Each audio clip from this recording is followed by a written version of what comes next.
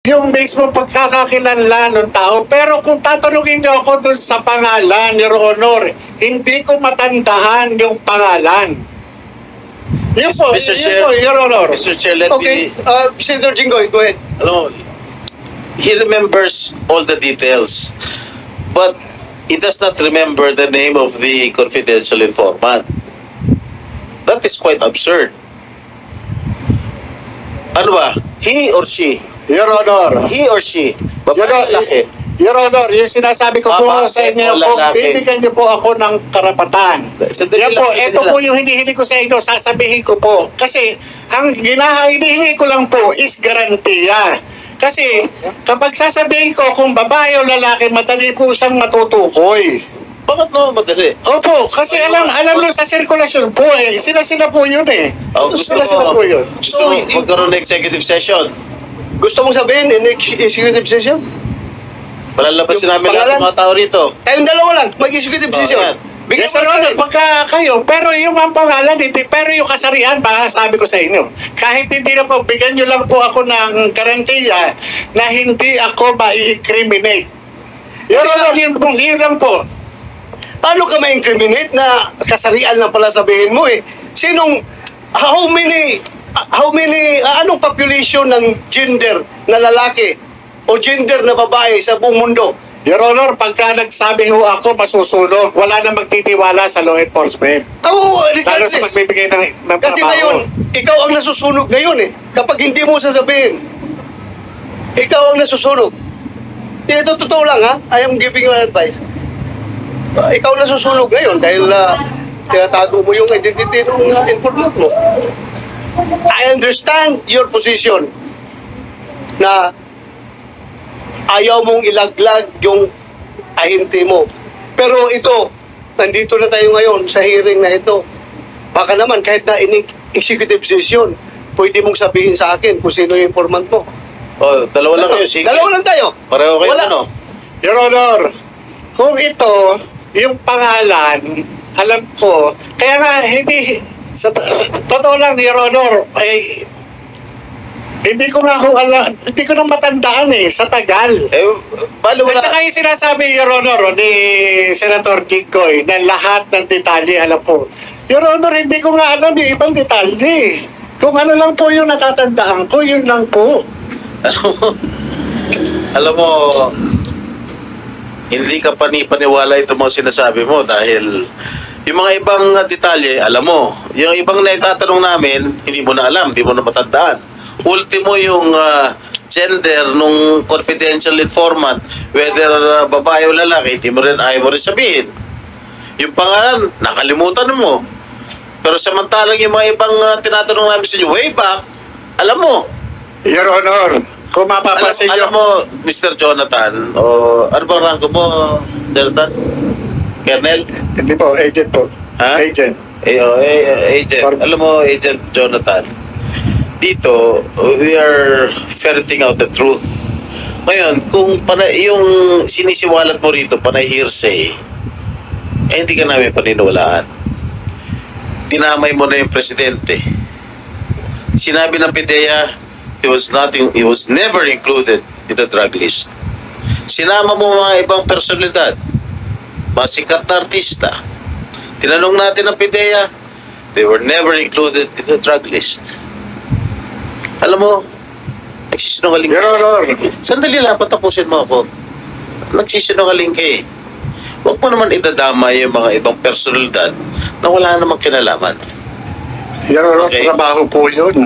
Trabaho po yun. Nag-umpisa tumanggap lang po ako ng information. Trabaho mo na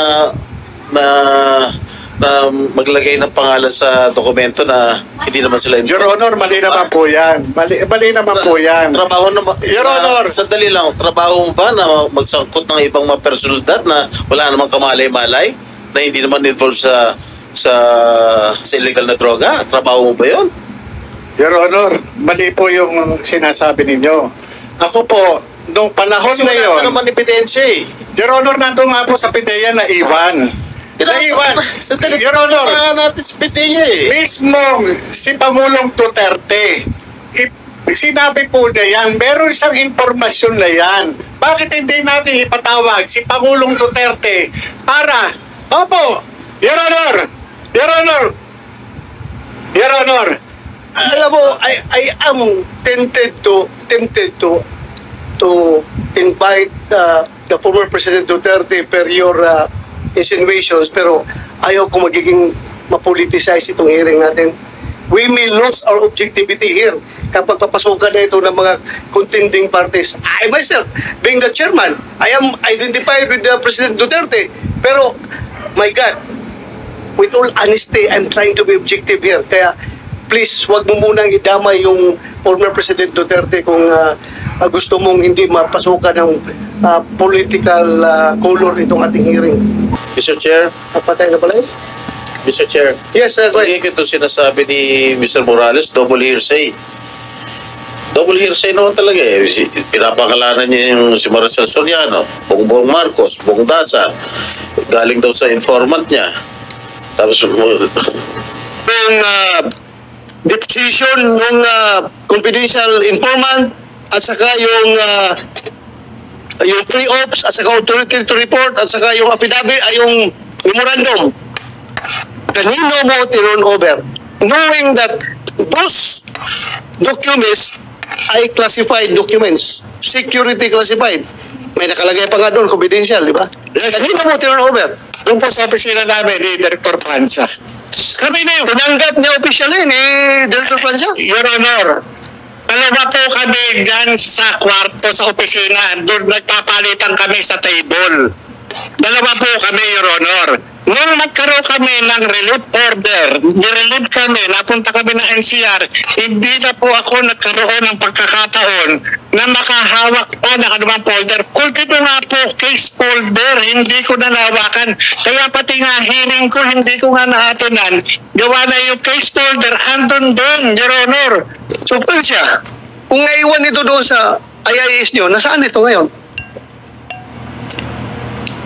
Your Honor, gusto ko lang pong linawin. Ang tanong niyo po kanina kay Jonathan Morales, nung na-dismiss ka sa PIDEA, saan mo iniwan? Sinabi po niya sa akin. Nung na-dismiss po siya sa PIDEA, wala na po ako sa Intelligence and Investigation Service.